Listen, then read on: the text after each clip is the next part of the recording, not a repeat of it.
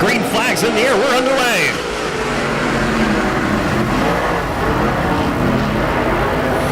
And Brad Williams will lead the field off at turn number 2 as James Lane takes that third spot away from Brett Hedgeman. He appeared to get up in the fluff off of turn number 2, lost a lot of momentum. Actually, that car is extremely tight. That number 11 of Hedgeman. So he washes up the racetrack once again, now just trying to hang on to it. Him and Paul Rios make contact. Will be Brad Williams leading lap number 1. Steve Stoltz in that second spot. Steve Stoltz, strong run last night during the main event for the SWDRA late models. James Lang in the third position. Chase Alves, second time ever in a late model. So last night was his first time out. Had to work out the bugs.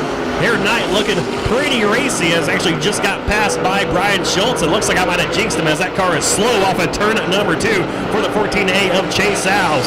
We'll see if he can get off the racetrack or not as Brad Williams continues to lead as we have 3 laps down. But Chase Alves very slow through turns 3 and 4. Yellow flag will fly now for the 14A of Alves.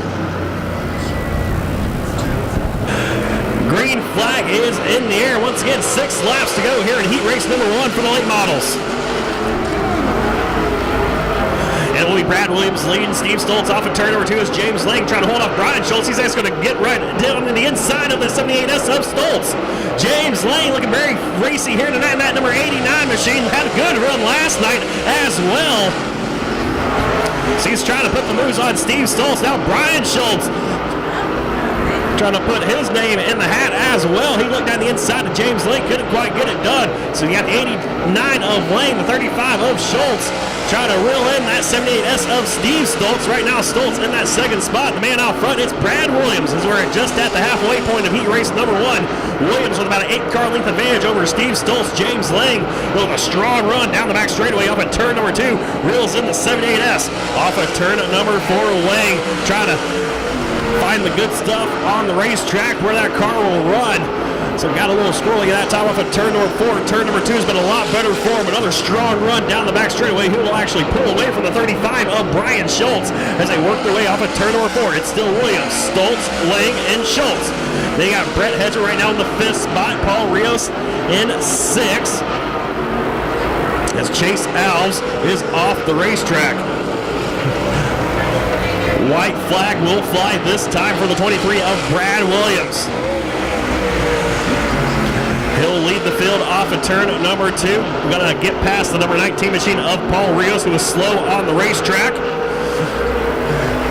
Off of turn number 4, one final time. It will be Brad Williams, your main event winner. Or your heat race win winner. Got ahead of myself there.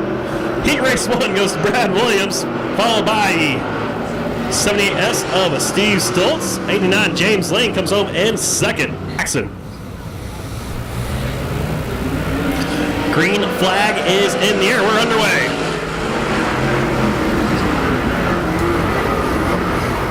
And Bud Grossenbacher, last night's main event winner, going to try to pull up side by side with Bruce Duckett off of turn number 2. They drag race into turn number 3. Duckett down low, Grossenbacher up top, and the spin will come from the 33 of Donald Curtis.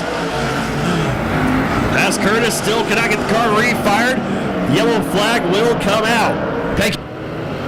Green flag in the air with Bud Grossenbacher leading the field into turn number 1. Last night it was Bud Grossenbacher picking up the main event win, and right now he is on a rail up on the top side of the racetrack. Only driver up there flirting with disaster. He'll yard the field off at turn number 2 down the backstretch.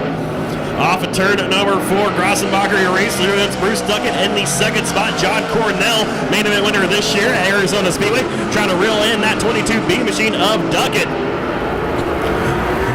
He'll go to the top side to try to do that and work in turn number 3. Up on the fence, you got Bruce Duckett, though, catfishing on the bottom side of the racetrack. Cornello seems to have a full head of steam off of turn number 4. He'll close the gap to about 3 car lengths. As they enter turn number 1, Bruce Duckett, that car way sideways. John Cornell could have read the numbers on that hot rod as they worked off of turn number 2.